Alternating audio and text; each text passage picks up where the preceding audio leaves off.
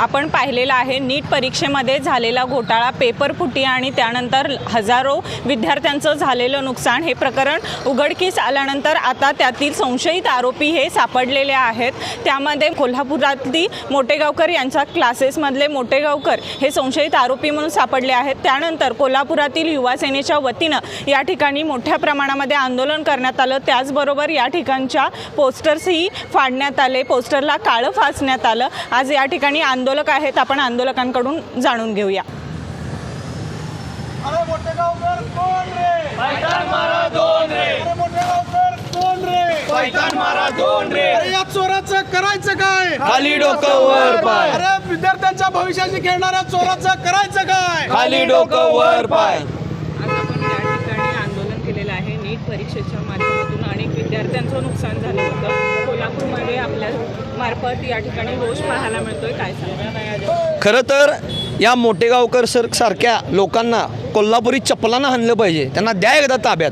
कारण या नालायकाकडे 10 दिवस अगोदर पेपर होता, 42 मार्कांचा पेपर यांनी फोडला होता, स्वतःच्या मोबाईलवर ठेवला होता आणि हजारो लाखो रुपयाला हे पेपर विकलेले आहेत। मग भविष्यात यातनं डॉक्टर झाला, डोक्याला लागले की कमराला पट्टी घालून रिकामं होणार, म्हणून तर डॉक्टरकीवरचा विश्वास आता लोकांचा उडणार आहे। अनेक विद्यार्थ्यांनी आत्महत्या केल्यात, त्यांचा शाप या मोटेगावकर आणि कुलकर्णीला लागणार आहे। आज बघितलं तर सरकार काय करते, सरकारचं हे लक्ष नाही की पहिली वेळ नाही पेपर फुटीची, बरेच पेपर या सरकारच्या कालावधीत फुटलेले आहेत। म्हणून आज आम्ही कोल्हापूर युवा सेनेच्या वतीने इथले बोर्ड फाडून आणि बोर्डाला काळंपासून निषेध केला आहे। येणाऱ्या काळात देखील कोल्हापुरात बऱ्याच अशा अकॅडमी आहेत, त्या विद्यार्थ्यांना सांगतात कॉलेजमध्ये बसू नका, आमच्याकडे या, आम्ही तुम्हाला पास करतो।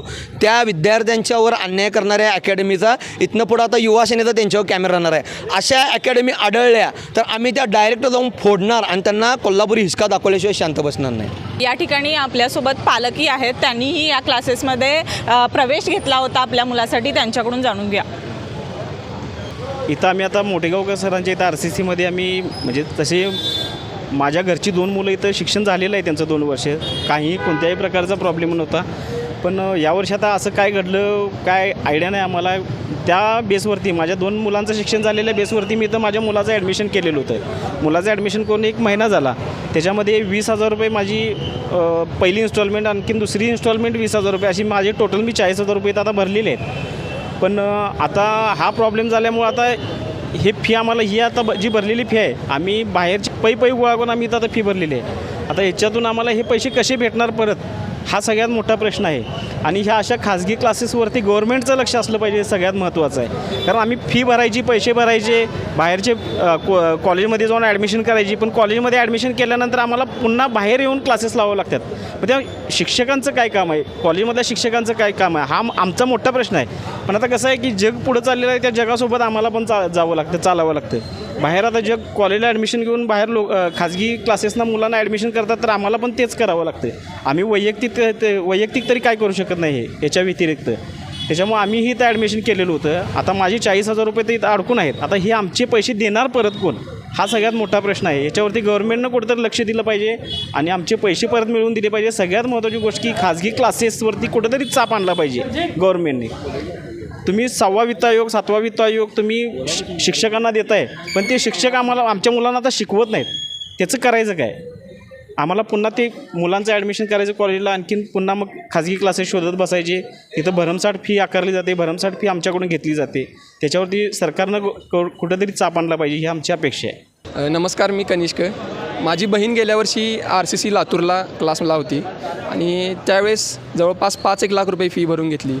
विद्यार्थ्यांना आम्ही फॅक्टरीज आहे आमची, आम्ही डॉक्टर्स तयार करून काढतो आहे किंवा इंजिनियर आमचा तयारच होऊन निघतो आहे। अशा प्रकारची जी भूमिका आहे, म्हणजे नाव मोठं आणि लक्षण खोटं, ह्यातला प्रकार ह्या क्लासच्या बाबतीत आम्हाला वारंवार दिसून आलेला आहे। भरमसाठ फी घेणं, पालकांची फसवणूक करणं, हा काय यांच्यासाठी नवीन प्रकार नाही। गेली 16-17 वर्ष जो काय ह्यांचा रिझल्ट तयार होत आला आहे, हा केवळ ह्यांचे एफर्ट्स नाही आहेत, हे एफर्ट्स जे ती वैयक्तिक परीक्षार्थ्यांनी विद्यार्थ्यांनी अभ्यास करून घेतलेला आहे आणि त्यांच्या नावाखाली खप करणं। जसं की 12th फेल नावाची एक मूवी, त्याच्यामध्ये आपण बघितलं की एखादा विद्यार्थी जर का सक्सेसफुल झाला तर त्याला काही रक्कम देऊन त्याचं नाव आपल्या बोर्डावर लावून घेणं आणि आपला क्लास किती बाबा महान आहे, ह्या प्रकारचीच भूमिका आणि ह्या प्रकारचीच धोरण अनुसरून ह्या क्लासेसने हे केलेलं आहे। फक्त माझा रोख फक्त RCCवर नाही, आता जसं आपण बघितलं की एक ब्युटी पार्लरवाली महिलासुद्धा ह्याच्यामध्ये सहभागी आहे, या कटामध्ये सहभागी आहे. अशा प्रकारे आपल्या आजूबाजूला अनेक जण फिरत असतील आपल्याला माहीत नाही. त्यामुळे माझी सरकारकडे इतकीच मागणी आहे की याची सखोल चौकशी व्हावी.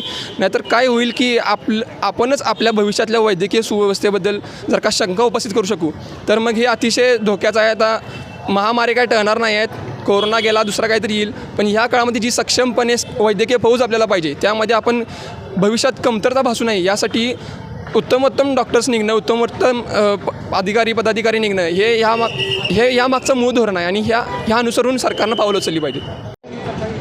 नीट परीक्षेतील घोटाळा, पेपरफुटी, अनेक लाखो विद्यार्थ्यांचं नुकसान, आत्महत्या या सर्वांचेच पडसाद आज आपल्याला कोल्हापुरात उमटत असल्याचं पाहायला मिळालं. या ठिकाणी क्लासेसचे इथं आंदोलक असतील, त्याचबरोबर विद्यार्थी पालकही या ठिकाणी उपस्थित आहेत. असे क्लासेस आहेत ज्यांच्या माध्यमातून आज पालक विद्यार्थ्यांची लूट होत असल्याचं आपल्याला पाहायला मिळतं आहे. अनेक घटना या आज आंदोलनानंतर समोर आल्याचं आपल्याला यामध्ये पाहायला मिळालं. TV नेक्स्ट मराठीसाठी मी ऐश्वर्या पाटील, सोबत तुषार पाटील.